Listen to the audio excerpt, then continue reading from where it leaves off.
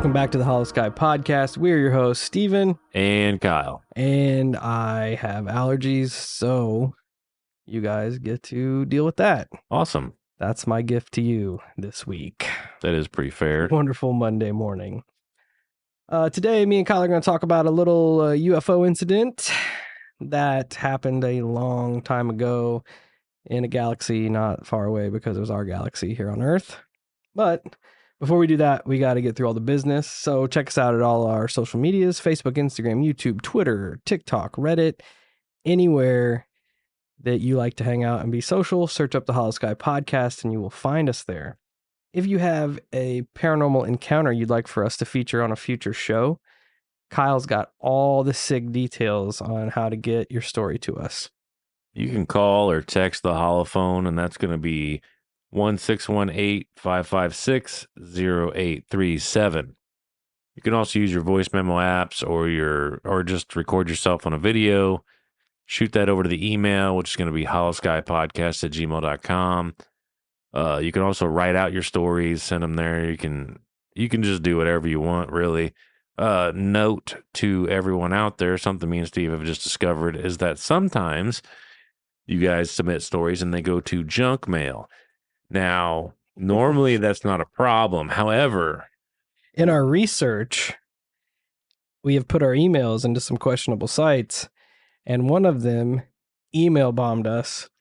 And we are, to this day, still getting like 500 fucking emails slammed to our junk email, where sometimes your emails also get filed. So if you don't ever hear your story, that's probably why. Yeah, probably got lost in the ether of a bunch of questionable other emails. Very should never questionable. Ever. Yeah, it's that's a given. Yeah, I just need to burn that whole file. But yeah, since we were looking for one specific email, like we should have heard from this person, and I couldn't find it. So I'm like, I'm gonna look through the junk folder, and there was another one we didn't even know was in there. Yep. And I'm like, son of a bitch, because I never check it. No, I don't either, because it's full of garbage. Yeah, it's like really, yeah. Like I feel like I'll get an STD just skimming through it. That is probably the best way to put that. It's not a healthy place to be. No. Our junk email folder. Anyway, so bear with us if you sent your story and haven't heard from it yet. Hadn't heard it yet. There is a chance that it fell into the garbage pile. That is our junk folder. And I think it erases after every so many weeks. So it needs to erase itself every like 30 seconds. I know. Like it's so bad that we're like, maybe we will create a new email, but then like the flip side of that is that we have to change everything to have a new email. So we're just going to deal with it. Yeah. But good on bringing that up. It's a part of us now. Yeah, it's our burden to bear. It was signing up on that stupid website for the Brotherhood of the Snake. I know. As soon as I put it in, our emails just start going ding, ding, ding, ding, ding, ding, ding. Blowing up. I'm like, great. Hey, you guys signed up for first disinformation. True Green. You guys signed up for this. And it's like, no. Have you gotten your payout yet? No. We're still poor. we need that. Start signing up for that. Anyway, that being said, since we went off the rails there, just bear with us. Yeah, it's going to happen. Where am I at? Oh yeah, if you'd like to support the show, which I'm sure you do, the first wonderful thing you could do is share the show word of mouth. Post it on social media. Post it wherever podcasts are. Share it with all your weird friends. Just pass the love that is the Hollow Sky Podcast to anybody that listens to the podcast and likes weird shit. Now, if you want to support us further, we have a Patreon. You can go check it out. We release all kinds of extra content over there. There's goodies you'll get after you sign up, and I get on my mail days, and we'll send you some good stuff. There's extra content, all kinds of stuff. Check that out. See if there's a tier that you like. Sign up for it. We have a Venmo where you could throw in some extra pocket change to buy us some monsters. What else we got? A actual physical address where you can send us weird shit. We haven't plugged that in a minute. We do have a P.O. box. You can send us some cool stuff. Yeah, please do that. Definitely. We like strange shit. Yeah. Our haunted doll could always use companions. That's true. Cursed item. Big facts. We're all about getting curses here. Yeah. Yeah. I mean, I'm not gonna argue that fact. Yeah. It couldn't be any worse than it already is. So No, yeah, I'm with you there. send it. Like I literally sat in the dark the other night. I actually commented on another podcaster's the Freaky D podcast. He made some joke. I can't remember what it was, and I was like, "Hey, that's comparable to me finding scratches on my back and then laying in bed at night, looking into the darkness of my room and going, do better,' and then going to sleep." He's like, "Yep, that's pretty much." I've yet to be attacked in my sleep physically, so I'm waiting. It'll be fine. Oh, but wherever you listen to podcasts, you can leave us a 5-star rating and review. That would be super sick and dope. And if it's a really good one, I'll find it and I'll shout it out because that's what I do. Today's 5-star rating and review comes to us from our friend Electric Dreams 88, top paranormal podcast. Electric Dreams 88 says, I stumbled across this podcast while researching Stardust Ranch. I binged the 5 episodes on Stardust while cleaning the house and didn't realize the time went by and the episodes were so good. I was impressed at the amount of information, research, and thoughts given in the episodes, along with their shout out to fans. It's been about a month now, and I've been binging episodes when I can since they offer a little bit of everything and touch on lesser known stories. If you like anything weird, paranormal, or downright creepy, some episodes made me want to sleep with the lights on. This is your podcast. Well, Electric Dreams 88, thank you so much for taking the time to leave such kind words. Yeah, we appreciate you. Yeah, we appreciate you as much as you appreciate us. That review had some valuable girth to it. Yeah, took some time. Yeah, I can appreciate that. Me too. So much love. Yes, keep it coming. Keep them rolling in. Leave us good words, and then we'll repeat those good words on the show. Yeah. From there, we are going to roll into the listener experience of the day, week, however you want to say it. This is from our friend who doesn't leave a name. Nope, Jay in the UK. Paranormal encounters from Jay in the UK. This comes from our friend Jay in the UK. Says, hey guys, I want to say you guys are fucking legends and I love your show to the fullest. I follow your TikTok and I love your shit. Everything you do bangs. My TikTok is... That's awesome. This dude is awesome.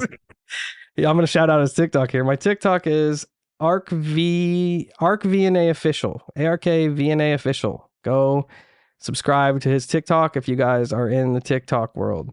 Thank you for taking the time to listen to my submission. If you do, and like I said there, don't hesitate to send a follow-up email if you have any questions or anything. Love you dudes. Peace and love, brothers. And then he does a prayer hands emoji and a fist bump emoji. So Hell yeah.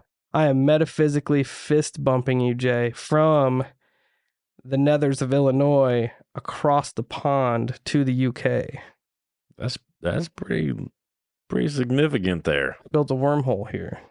Hey, I mean, Fist. Why not? The wormhole. Why not? That's where we're at tonight. That's okay. That's okay. Let's hear it, Jay. Let's fucking go. From the UK. Yo, Hollow Sky family, this is Jay from the UK. I just wanted to say first off, man, your show is 5 stars. I've given you a review on Spotify, but I don't let you type a description of why you think it's 5 stars. So I just want to say, man, I wait for every episode to come out, listening to all the back catalogue. Man, A star, mate, A star. So yeah, I thought I'd record some because I've obviously listened to a few of your shows. Well, more than a few, but yeah, with people talking about shadow people and whatnot, and I just wanted to give my encounters and whatnot. So I'll just dive straight into it. Hopefully, I don't make this too long. But first off, like so. The house that I grew up in when I was younger, we heard that somebody had committed suicide in there previously. And, you know, we had a couple of odd things, nothing that I can remember too much, but I remember it always being a bit uneasy in the bedroom where this gentleman committed suicide. So it was always a little bit eerie. Always felt like you're being watched or something. Not really too sure what all that was, but things really started popping off after my mother died in 2005. And I remember the night my mother died, we, everybody used to gather outside our front garden and whatnot, and we was out there by the front gate, and my dad had left cigarettes upstairs in the bedroom on the bedside table. All the lights were off upstairs. So I turned the landing light on and went upstairs, went into the bedroom. It was darkness. Grabbed the cigarettes from the bedside table, come round the side of the bed. So come out of the bedroom and I switched the light off. So there was no lights on upstairs at all. It was only a downstairs light that was on. And there was there was 3 stairs at the top leading to a little square bit, and then the rest of the stairs pointing down. It's kind of like an L shape. And so I jumped down the 3 stairs onto the square, as I usually do, and from grabbing the cigarettes, and I looked back into the bedroom that I had just come out of, and there was a shadow. I'm getting chills talking about it, and I've probably talked about it about 5 times since this happened, maximum. But yeah, so heart's racing talking about it. But yeah, I jumped down the stairs, looked back to that bedroom, and there was a shadow coming out of the bedroom, hitting the wall. And there was no lights up there, no lights on, curtains were closed, there was no lights drawing in through that could have, just the way the window was situated, where the shadow appeared and it was coming out of the bedroom, there was no way of a light creating a shadow, and that definitely could not have been my shadow, because my shadow would have been hitting a different point, you see. So that was like my first real memorable experience of like a shadow person. I always for years thought it was a shadow of my mother, but due to recent occurrences, I've kind of drifted away from that, because I've had few more dealings, viewings of said shadow people, you see, in the house that I'm currently living in with my partner and my son. And it's really been picking up since my son has been born.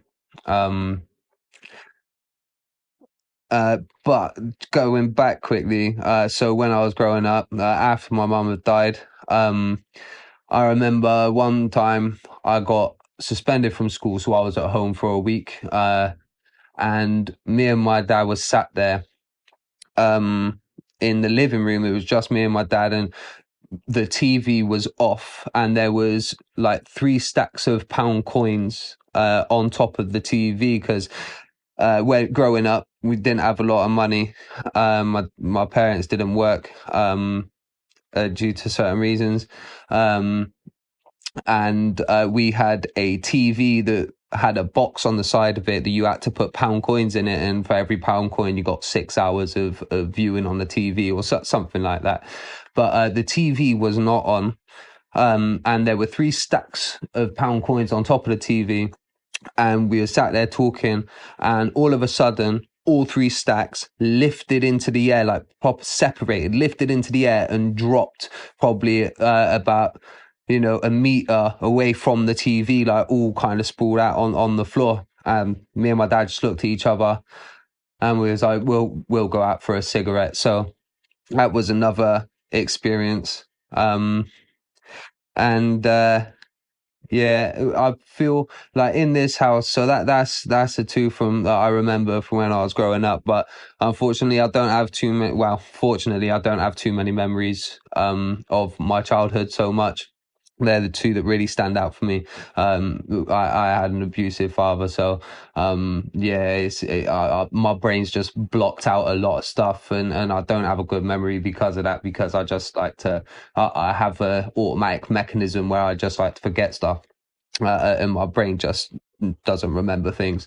But recently, in the past year since my son's been born, in the house that I'm currently living in with my partner, we've had a few things fly about, not like big weighty things, but little bits of things, like little bits of plastic that flew across the room when only one person has been in that room. Like my partner experienced it. She was cleaning the floor by the washing machine, and there was nobody in there, and a lid from a gas refiller for lighters. It shot from one side of the room to the other. It flew over the top of her head and bounced about.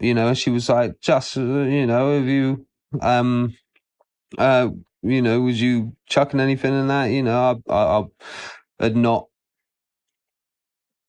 been moving. I was sat in the living room. So that was one thing. And another one, I was washing up in the kitchen, and just out of nowhere, from underneath the cupboard, a piece of plastic dropped from underneath the cupboard. And it was a bit of black plastic, no more than an inch in size. And yeah, there was nowhere that it could have came from, but it was directly under the cupboard, and it just bounced on the side. I was looking at everything I was touching. There was nothing that it could have flew off from, and there was nowhere that it could have come from underneath that thing. It was just really weird. I do not know where that bit of plastic came from to this day. And we also see a lot of the time on the baby monitor, like a black shadow pass in front of it a lot, and go up there. There's obviously nothing in there, and we don't know if it's a malfunction of the camera. That's what we've been putting it down to. But we brought it brand new. It's no more than because we had one previously and it was happening with that one, so we brought another one, and the same thing is happening with that one. So that's very strange. Also, around December time, the December just gone, I was home alone with my boy. I put him to bed, come down, watching TV, waiting for the missus to finish work, and I was sat on the sofa watching a bit of TV. All I heard was a bang in the kitchen. It's just a doo doo doo. And I was like, what the fuck is happening here, right? So I've walked out into the kitchen, and there's a pot on top of the fridge that I keep our baby's like formula and snacks in and whatnot, all the baby's food. And it wasn't hanging off the side of the fridge that it was sat on. It was fully on there, and there was nothing that could have pushed it off. And I've walked out there, and I've looked on top, and that pot is slid down directly 90-degree angle down the side of the fridge. It was like pushed right against it. So it's literally like something had just slid it off and slapped it to the side of the fridge. It was very, very weird. I still don't have an explanation for that to this day. There is a video that I can send you guys as well of when it just happened, that I sent to my partner at the time. I can send that through if you want to shoot me an email, reply back if you want to want me to send it over, so you guys can have a little look at it. But yeah, very, very weird, very weird. Yeah, so they're the bits that's been happening. And sometimes as well at the top of the stairs, like as we sat in the living room, we feel like there's something watching us through the bars of the stairs. It was very weird, and sometimes we've seen a few shadows passing through, like by the bars of the stairs, which is strange. And we've heard nothing about people that's lived there previously dying in the property. It's been about for a few years, so it possibly could be. It's built in the 90s, so there's enough time for there to a spirit maybe be here. But I feel like because I had such a traumatic childhood that I've heard that people that have had a traumatic childhood sometimes have these experiences, and I feel like it's attached to me to a degree, because it just feels like it follows me. I've just got uneasy feelings a lot of the time. And my partner's stepmother is she does tarot readings. She's very spiritual. She goes to shows, and she does a lot of work in that field. So she's come and smudged the house a few times, like twice, so a couple of times, and she's given us some crystals to try and help, cleanse the energy and that, but nothing seems to really stop the activity. And I don't know, I just feel like something might be attached to me. So currently I'm looking at, getting a personal smudging, or a spiritual cleansing, but I'm still trying to research it and find somebody, that's decent and within my range, of where I'm at. So, uh, that's, kind of all I've got, guys. If you want to, shoot me back an email and reply to this, and, ask me a few more questions, see if I can elaborate on anything you might have questions on. Or if you can provide me with any information, sort of thing, that would be fantastic. But I just want to appreciate, obviously, if you guys don't use this for your show, that's cool, man. I just really felt that I needed to record this and send it over to you.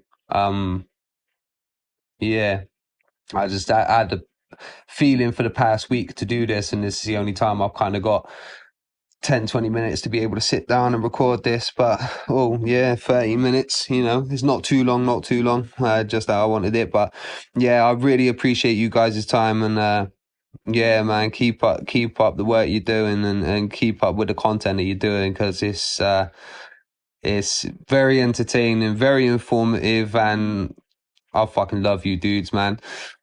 You get me through my day half the time. So thank you for all that. And yeah, peace and love.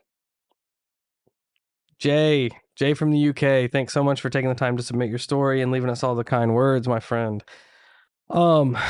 Let's break this down. I do know that you hear stories about when someone has a lot of trauma in their life, that it kind of makes them susceptible to spirits, sometimes not good ones, to become a presence in their life. And the way you described your initial shadow encounter kind of makes me feel like it's similar to mine. The one that I see in my house, granted, the one that I see pretty much, like I said before, stays the same path, but like there's no necessarily a light source that could produce the shadow. It's not my own shadow, and it's always the same thing over and over and over again. Another thing that makes me think you're probably hitting the nail on the head when you said it's tied to you and not to a geographical location, is that, again, it kind of, whatever this thing is, moves with you, essentially, from your original house to the house you share with your partner now. Does it feel, I know it's creepy, and like when you describe and see it on the baby monitor, I looked at Kyle, I'm like, that's fucking Yeah, creepy. that would definitely get me. Do you feel that it's malevolent? Do you feel that it's trying to harm you in any way? Do you feel that it's like trying to cause drama or grief in your life? Is it trying to affect your child or your partner? I'm just curious if it's like a benevolent being where it's just kind of there, kind of follows you around and makes its presence known, or if it's actively trying to cause chaos. Because I can see how that could get annoying really super fast. Yeah, and scary. Especially having a young child in the house. Yeah, and that's it's different when you're just dealing with yourself. Yeah. Dealing when you're out trying to protect your kids, it's a whole different ballgame. Yeah, and it's no different than where I was, when we were looking in to go to Cemetery X and stuff, like looking for my own ways of protection, and my son started experiencing shit. And to be honest with you, and it's cliche, it's whatever. Everybody knows me and Steve aren't the most religious people in the world. However, knock on wood, man, like by me saying, in the name of Jesus, I rebuke you, get out, you're not welcome here. I do that relatively often, unbeknownst to a lot of people. I also, not that it's very specific, but I also sometimes before bed, I will give thanks. I say, thank you for keeping my family safe today.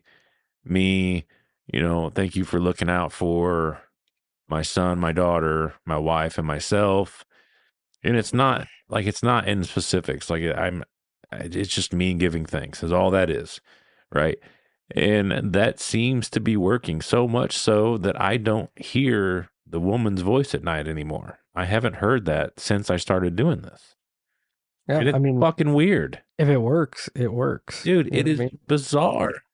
Like Julie said at the paranormal conference, she said one of the strongest spells you could put out is the Lord's Prayer. Yeah. She's like, it works because it works. Like, right. It's just whether so many people put so much good intention toward those words that are said, or whether it's some kind of biblical higher power. Yeah. Whatever the case may be, the words work, Yeah. So that might be another avenue, or maybe print out a copy of the Lord's Prayer and hang it on a wall. There you go. Then I don't know. But if anybody listening, I know we've got a lot of awesome, knowledgeable, excellent listeners. If anybody has any advice to help our buddy Jay out in possible like self-cleansing, either hit us up and we'll pass the word on to Jay, or call in and we'll share the advice on the show. Yeah. Just anything we can do to help him kind of lull whatever he's got going on. Enjoy all your favorite sports like never before at BetMGM. Sign up using code Hawkeye and receive up to $1,500 back in bonus bets if you don't win your first bet. When you register with BetMGM, you'll get instant access to a variety of parlay selection features, live betting options, and the best daily promotions in the business. And with BetMGM at your fingertips, every play and every game matters more than ever. Remember to use code Hawkeye and receive up to $1,500 back in bonus bets if you don't win your first bet. Place your money line, prop, or parlay bets with the king of sportsbooks today. BetMGM and GameSense remind you to play responsibly. BetMGM.com for terms. 21 plus only. Iowa only. New customer offer. Subject to eligibility requirements. Rewards are non-withdrawable bonus bets that expire in 7 days. Please gamble responsibly. Gambling problem? Call 1-800-BETS-OFF. But yeah. Again, Jay, thanks so much. And if you want to, shoot those pictures to our email. If I think about it, I'll hit you back on the email. But if you listen to this, definitely send us that post whole pot collapse picture that you snapped and sent to your partner, because I'd love to see that too. Yeah, for sure. Send it our way. We like the weird. It makes me real quick. I've been thinking about it too. We need to touch base with the Anil guy, because he was more or less wanting us to try to help him too. Oh. Where Anil was talking to him from the closet. Oh, yeah. Damn, I wonder if he's hit us back. I don't know. I plan on texting him and getting an update, but this is... You know what just hit me in my head? If you change the words in Anil, it spells alien. That is weird. That's scary. That's scary. I hate that. Yeah. Because you said Anil, and I'm like, what is he saying? And then you made the connection for me, and I was like, oh. Gross. Oh. Gross. Yeah, but these things happen, and don't think like the Anil guy. Don't think that we're just cold shouldering you or anything like that. Like, life gets crazy, and we apologize for dropping the ball sometimes. But in these cases where if you really do need help, and then say we forget, and that goes with everything, just keep reminding us. Yeah. Keep sending us shit, because it brings it to the forefront again, where we're like, oh shit, yeah, we definitely need to do this, So sometimes you got to kind of hold our feet to the fire. Just kind of stimulate our ADD brains Yeah. sometimes. Yep. But yeah, again, if anybody has any help that you could send our way, we could get to Jay, especially if you have any contacts in the UK. If it has to be something on a more like personal level, send them our way. We'll get them to him. Hopefully sure. we can chill out whatever he's got going on. If he doesn't want it there, it shouldn't be there. So Right. Again, if you have an encounter you'd like for us to feature and talk about, listen to the beginning of the show. Yep. I'll tell you how to get there. Also, a lot of that information is in the show notes as well. Oh yeah, Kyle slathers it in there. I do my best. So I have been looking around at some UFO incidents, and I picked up some books on some UFO incidents, and I've just kind of been into this whole like UFOs is on the forefront of everybody's talking point, especially lately with all the government shit going on with it being brought to the Senate floor and all this other shit. So I've just been kind of digging into some interesting UFO reports.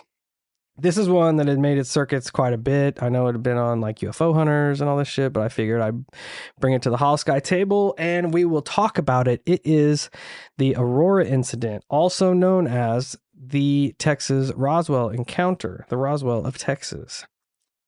So this UFO incident is reported to have happened almost exactly 125 years ago. According to the legend, on the early morning of April 17th, 1897, something absolutely bizarre happened in the small town of Aurora, Texas. Aurora is located just north of Fort Worth and Dallas in Wise County, Texas. According to the information I got from the 2010 census, Aurora had a population of 1,200 at that point. So I imagine it was probably less in the 1890s because that was a long time ago. So on this fateful April morning, the town experienced something truly out of this world. As the residents of the town were stirring awake to begin their day, a few started to notice something in the morning sky, something falling from the heavens, and as people looked on, they began to realize that the object falling from the skies was actually a silver cigar-shaped aircraft. It was falling out of control and headed for the ground. As it fell closer and closer, it actually collided with a windmill at the house of local Judge Proctor, where it reported to burst into flames and smashed into the ground, completely destroying the craft and allegedly killing the pilot that was reported to be of another world. That was, quote, of another world. That being said, a news article from the Fort Worth Register stated that this pilot from another world did not survive, but he was given a Christian burial at a local cemetery. I mean, that makes sense, right? Yeah, especially given the time. Yeah, that totally makes sense. And it's also actually, if you really think about it, it's actually kind of fucking cool. It's cool that the people of that local area decided to bury them with the same respects they would bury their loved ones. Like, I find that really fucking cool. Yeah, I feel like it says a lot about the town, absolutely. For sure. Fuck yeah, man. Yeah. So after this crash, the word spread pretty quick and made its rounds around a lot of the local newspapers in the Dallas-Fort Worth area. I found the actual article from the Dallas Morning News that I'm going to read right now. Keep in mind, this is from 1897. So it's titled, "A Windmill Demolishes It." Aurora, Wise County, Texas, April 17th. About 6 o'clock this morning, the early risers of Aurora were astonished at the sudden appearance of an airship which had been sailing through the country. It was traveling due north and much nearer to the earth than ever before. Evidently, some of the machinery was out of order, for it was making a speed of only 10 to 12 miles an hour and gradually settling toward the earth. It sailed directly over the public square, and when it reached the northern part of the town, it collided with the tower of Judge Proctor's windmill and went to pieces with a terrific explosion, scattering debris over several acres of the ground, wrecking the windmill and water tank and destroying the judge's flower garden. The pilot of the ship is supposed to have been the only one on board, and while his remains were badly disfigured, enough of the original had been picked up to show that he was not an inhabitant of this world. Mr. T.J. Weems, the United States Signal Service officer at this place and, quote, an authority on astronomy, gives it as his opinion that he was a native of the planet Mars. Papers found on this person evidently a record of his travels are written in some unknown hieroglyphics and cannot be deciphered. The ship was too badly wrecked to form any conclusion as to its construction or motive power. It was built of an unknown metal resembling somewhat of a mixture of aluminum and silver, and it must have weighed several tons.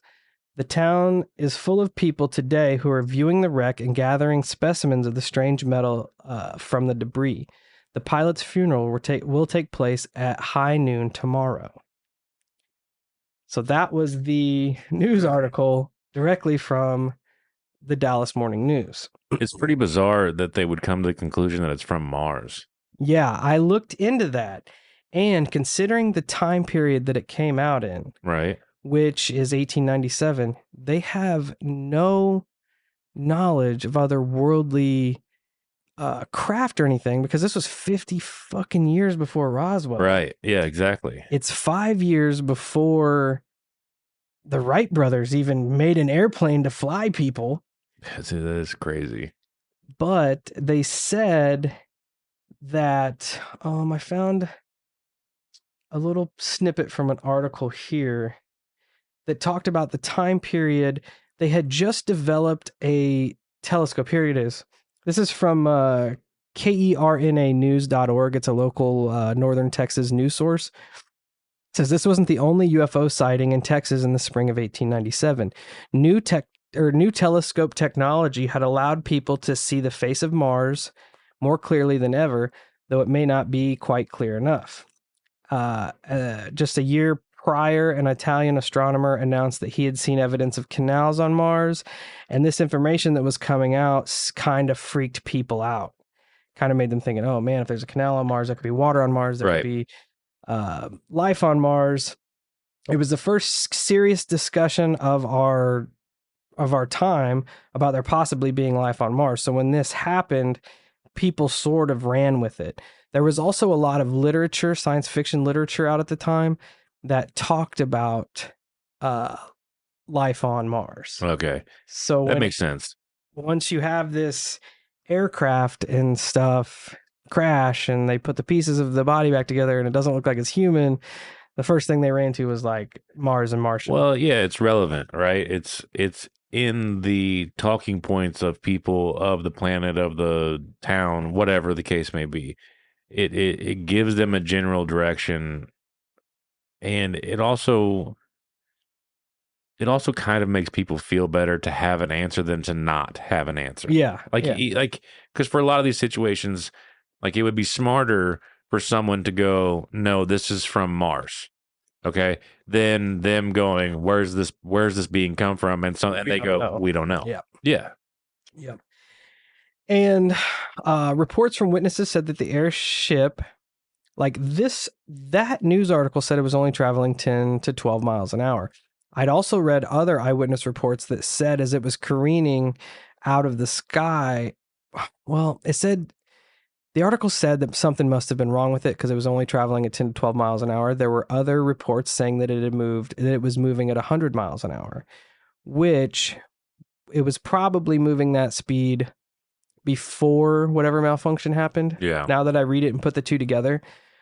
But the crazy thing is like at that point in time, no, I don't feel like anybody knew what 100 miles an hour was. I was getting ready to say, like, they can't even comprehend how fast that actually was. I watched a YouTube video and they said at that period in 1897, the fastest a human being had traveled was 35 miles an hour by locomotive. There was 5 years before planes were invented. Right. There was air balloon travel, but you're not going to move that fast in an air balloon and I mean, it could have been one of them overzealous things too, where like they know what 35 is, and then just going. I mean, if a train goes 35, it's going way fast. It's going like 100 miles an hour. Exactly. I even wrote that down. So them referring to something that fast would be akin to us seeing something moving at faster than we can fathom. We'd be like, it was moving thousands of miles an hour. 100%. 100%. Like the Tic Tac, where it's moving so fast that they can't keep up with it with cameras and shit. Yeah. That's what it made me think of. According to other reports, many of the residents of Aurora all converged on the farm of Judge J.S. Proctor to see if they could help out in any way, put out the fires that had started from the explosion that were a result of the collision. Again, keep in mind this is 50 years before the Roswell crash, and the only reference of alien life that had ever existed is in science fiction novels. It's also reported that many of the town's people at the crash site recovered multiple pieces of the craft. Imagine that. Imagine, I would almost be willing to bet that somewhere out there in someone's family lineage, there might be pieces of the craft. Yeah. Interestingly enough, after they buried the pilot, most of the townspeople discarded the pieces of the craft down a local well. That's weird. It is weird. Either it's part of the legend that people put out there to kind of eliminate any evidence if this was not true, or it makes me think of how people with implants unknowingly That get is rid weird. of their implant. Yeah, that is a weird point. So they discarded it down this well. Because I also at that time I don't know what the governmental structure would be. Oh, right. I have no idea. Right. Yeah. Because like it could have been like a hiding of sorts of like people start investigating the town. Government officials start showing up, start throwing fucking threats. And the town, whether they did it or not, but just everybody was like, all right, this is what we're going to fucking say. We're going to say we pitch it down this well. That way, if people come looking, we have an answer. And it's one they're not going to like because they can't get down there and get it. Yep. And it almost, because I mean, that being so long ago, you don't know if our government knew what was going, like knew Right. of extraterrestrials at that point, because now that you said that, there could have been a Men in Black type situation that came in and said, you guys are going to get rid of this shit. Yeah, absolutely. We will wipe this town off the map. Right. This town of 1,000 people, you won't even have existed, off the map. Which not long after that, it was either after or before a huge outbreak of, let me see what I got here. Spotted fever came through and killed a bunch of people. Oh shit. So man, it makes you wonder if it was related to the crash or what it was. It does make you wonder. But this well that they threw it down at this local farmer's farm, he has reported that it contaminated the water. Started killing his cattle. He developed severe debilitating arthritis from it, so much so that he took the debris and just discarded, just got rid of it. They don't know where it's at now.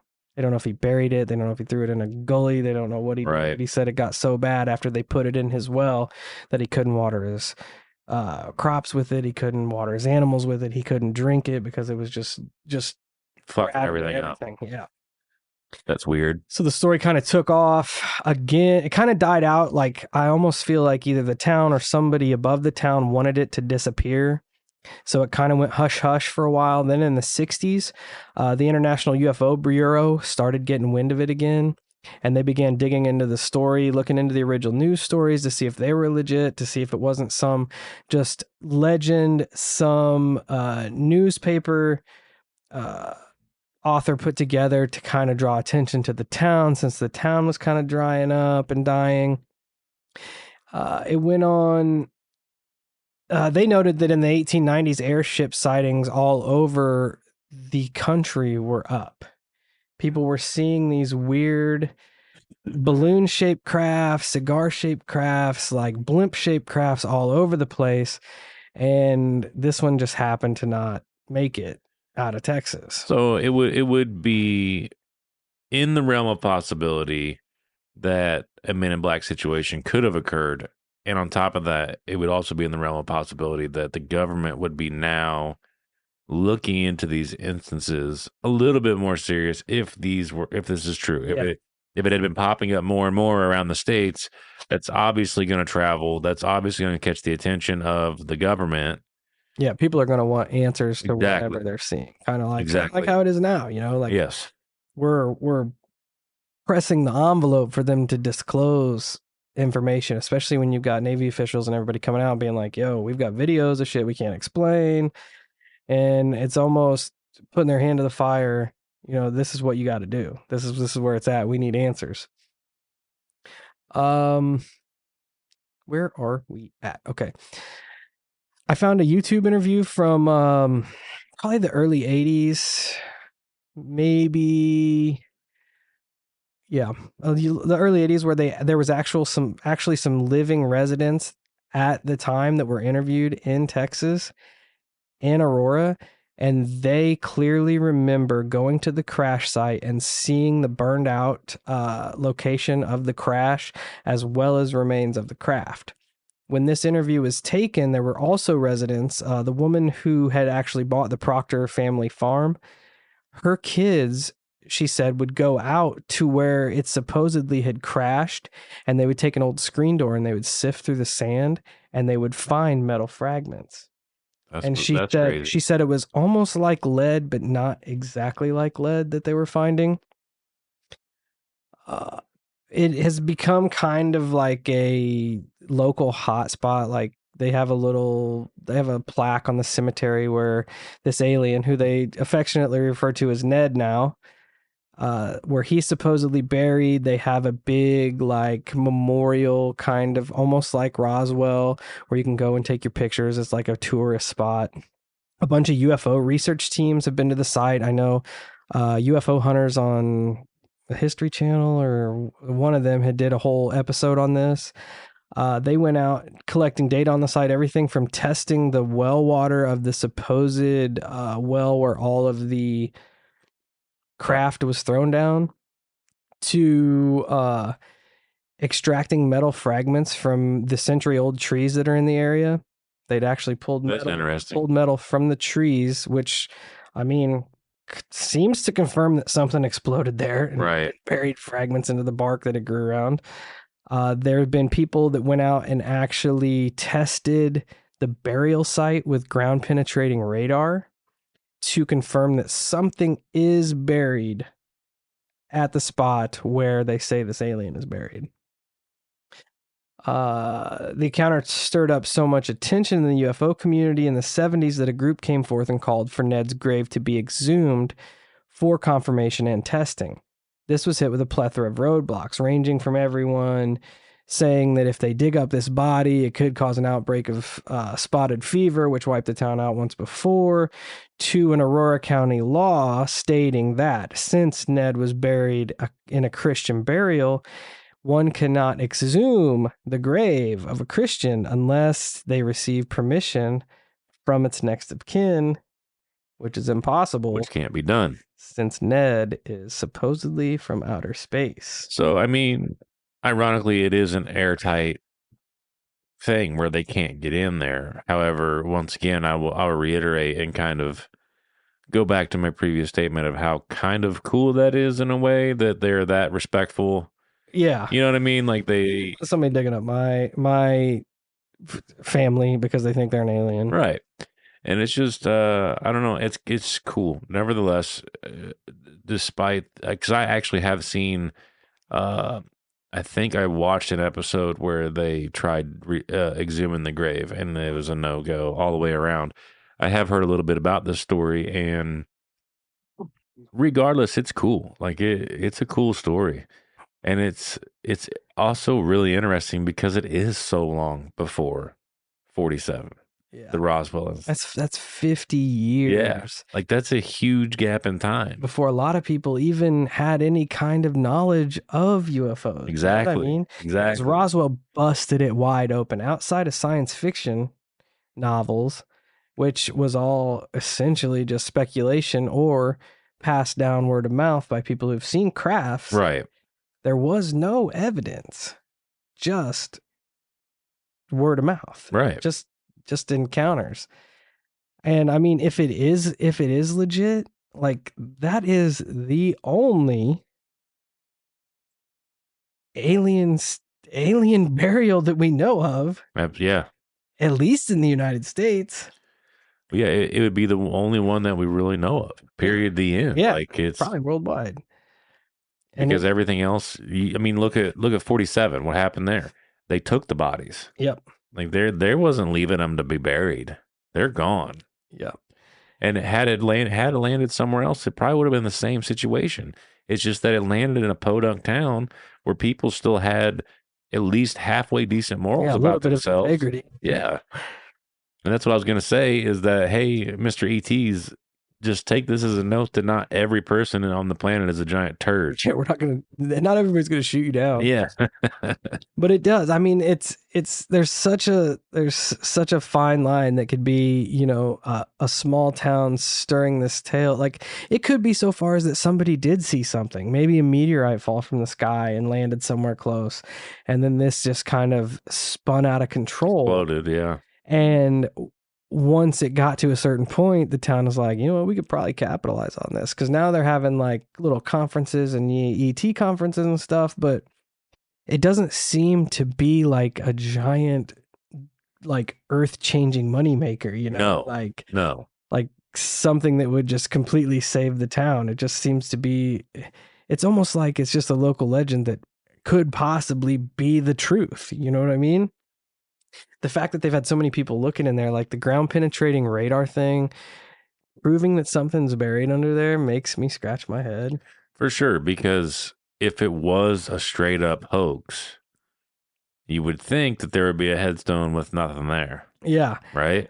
And in that that old 80s YouTube report I was watching, a guy that had moved to Aurora specifically to track down the legend said when he moved there was half of a headstone left in the original plot, but someone had stole the other half.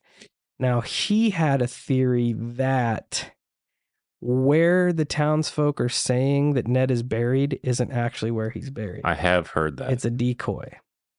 Because they don't want anybody to know where the actual body is buried. If someone gets actual permission, they'll dig this spot up, right, which probably has a human in there, and then they can be like, oh, I don't know what to tell you. I know, and that works in like the opposite side of the spectrum of like keeping the story airtight. Yeah. Like, because that just blows the story. That is the end all to the story. Yeah, because like you said, you dig it up and there's an actual human body there. Well, that's because the townsfolk hid the actual real body, which then you scratch your head. Okay, is it back? Or now are we back to this being a story, or is it true? Yeah. Like, well, it's all just like a cat and mouse game. And I read that it's like a constant tourist attraction now, not huge, but they said there's usually quite a few people in the cemetery every day, and people were sneaking in trying to dig the grave up, so now the police have to do all sorts of kind of like patrols around the graveyard in the evenings. And I just saw an article, I couldn't access it because it's a pay to read site, but it said in 2018 someone had stole the headstone that was left there that people had used as a memorial. Someone went in and stole this big rock, and just people being douches. Giant fucking turds. It for everybody else. Yeah, well, not only that, but have some common decency about yourself. Yeah, you're in a cemetery. Like, come the fuck on. Don't be a jack off. Like, even if it is a being from another planet, it doesn't excuse you from your right to be a decent fucking being. Yeah, don't be a turd. I mean, come on. That'd be, if you believe in aliens and the whole stigma around it, that'd be you being okay with them coming down and anal probing you just because this is what they do. Yeah. Right? Just because they're being a jerk. Right. And no, you would want to look at them and go, hey, no means no. All right, we're going to start there. And then just don't be a turd. Like, come down, have a conversation. Don't be an asshole. Yes. Yes. That's what we want Come you on. to take from this. Don't be a turd. Please. Damn. Please. This is actually not too far from where my kids live. So next time I head down there, and football season's firing up, so I'm sure I'm going to head down there and watch some football games. We might make a day trip There you go. to go check this out. That would be pretty Get sick. pictures. It's also not far from the old Goatman's Bridge, so we may just make a paranormal day of it. Me and the boys take a road trip. But I thought I would share that with you. Like I said, the information from it is kind of here or there. It's more or less like it is what it is. Yeah. Either it's a legend or there is an alien buried. Right. So Either way, it's been a cool story. Yeah, when I saw it, I'm like, man, this is pretty cool. I dig it. I had heard it before, but I never really looked into it. And I started reading some articles, so I'm like, I'm just going to throw this out there. I know we got a lot of listeners in Texas. If anybody lives around the Aurora area, knows more about the legend and want to put it out, or if I got anything wrong, feel free to correct me. Send it our way, because like this is an intriguing story. And even if it is a tall tale, like the fact that they put together an alien crash with bodies pre-Roswell, that's pretty interesting. For sure. They did work. And it's an airtight story. Like you can't. There's not much. You can't do anything with it. You really can't. You either believe it or you don't. Yeah. But I know, like I said, I think it was UFO Hunters, a show that was on History Channel, did a whole piece on it. Yeah, I remember seeing it. I know. I think they did some ground penetrating radar, and they may have found remnants of the original windmill or some shit like that. I think I remember something like that. Or there was a windmill located there or something. I know there's something about a windmill, but yeah, check that out. If I find the link to it, I'll pop it up on the socials. And again, if anybody has any information, shoot it to us. Send us an email, message us on the socials and stuff. I just thought this would be a pretty cool little story to share. Our Texas people, let us know what you know. And that is about it. Check us out at all our social medias: Facebook, Instagram, YouTube, Twitter, TikTok, Reddit. Come and hang out with us. And until next Monday, stay safe, stay weird, and don't desecrate the graves of our alien brothers. Don't be a turd. Just don't.